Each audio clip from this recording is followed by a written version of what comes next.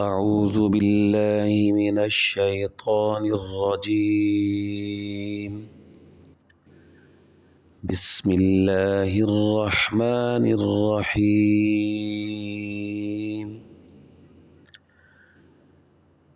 واستعينوا بالصبر والصلاة وإنها لكبيرة إلا على الخاشعين.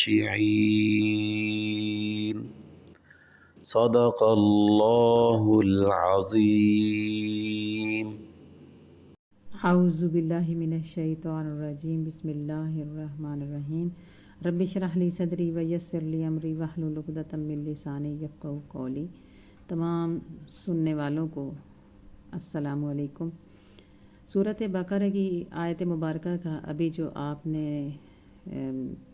تلاوت سماعت فرمائی، اسی کا ترجمہ اور تفسیر کو آگے ہم جانیں گے اور اپنے دلوں کو اور ذہنوں کو اس سے منور کریں گے کہ رب تعالیٰ اصل اس کا نور ہمیں عطا فرمائے اور اس کے نور سے ہماری زندگیوں میں بھی رب تعالیٰ روشنی کر دے. الذین، وہ لوگ، یظنون، یقین رکھتے ہیں، انہم، کہ وہ ملاقات کرنے والے ہیں، کس سے؟ ربہم، اپنے رب سے، وانہم، اور وہ کہ وہ الیہ، اسی کی طرف، راجعون، لوٹنے والے ہیں. یعنی جنہیں جو دل سے میری طرف جھکتے ہیں، جنہیں یقین ہے کہ انہیں اپنے رب سے ملنا ہے اور وہ اسی کی طرف اسے پھرنا ہے. یہ اللہ تعالیٰ ان کی صفات بیان فرما رہے ہیں کہ جو لوگ، پیچھے جو آیت مبارکہ میں بھی فرمایا تھا، پہلے والی آیت مبارکہ میں بھی، کہ نماز سے، صبر سے میری مدد لیتے ہیں اور عاجزی اپنے دلوں میں رکھتے ہیں، اور جو جھکتے ہیں میرے آگے، یعنی جن پر نماز دشوار نہیں گزرتی، وہ ڈرنے والوں کے لیے ہوتی ہے. جو اللہ سے ڈرنے والے نہیں ہوتے، جو نفس نے مائل نہیں ہونے دیتا، حقیقی جو ڈرنے والے ہیں ان پر یہ نماز گراں نہیں گزرتی. جو ڈرنے والوں کی نشانی یہ اللہ تعالیٰ نے بتائی ہے کہ رب تعالیٰ کے آگے جھکنے میں انہیں کوئی بھی چیز بھاری نہیں پڑتی، نماز بھاری نہیں پڑتی. اور جو نماز جب بھاری نہیں پڑتی تو نماز قضا بھی نہیں ہوتی. پھر باطن میں جو ایمان کی کمزوری کی علامت ہوتی ہے، نماز کا قضا ہو جانا یا نیکی کی توفیق نہ ہونا.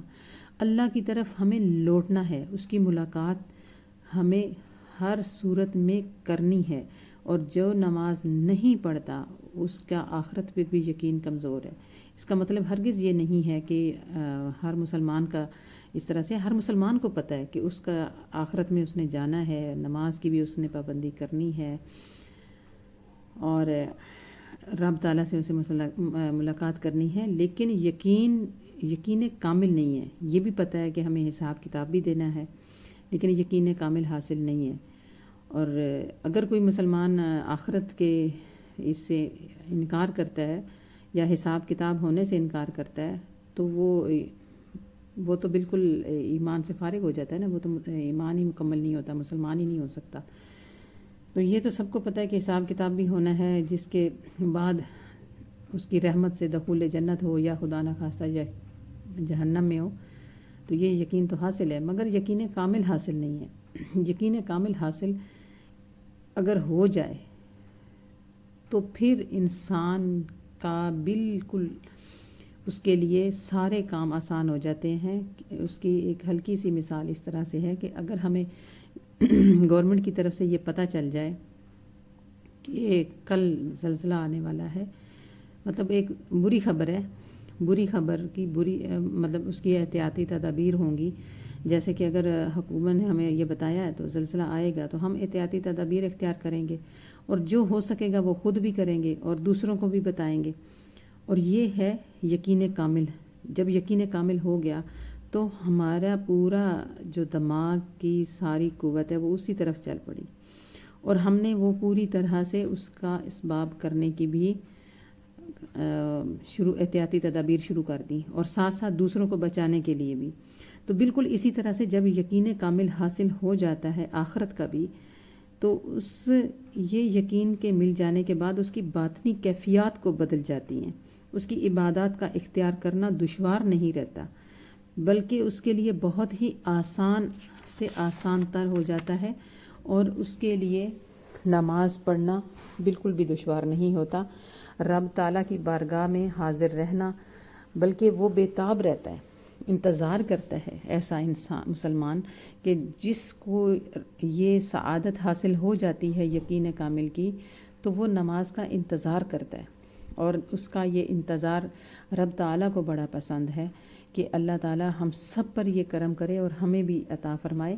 کہ یہ دیکھیں نا، اللہ تعالیٰ جو خود اس کی نشانی بتا رہے ہیں کہ یظنون، جو یقین رکھتے ہیں، وہ لوگ جو یقین رکھتے ہیں اور میرے سے ملاقات کرنے کا. تو یہ تو میں نے بھی ایک حدیث مبارکہ میں پڑھا ہے کہ رب تعالیٰ فرماتے ہیں کہ جو مجھ سے ملنے کی تمنا رکھتے ہیں، جو لوگ مجھے ملنا چاہتے ہیں، محبت رکھتے ہیں، میں بھی ان کو ملنے کو پسند کرتا ہوں.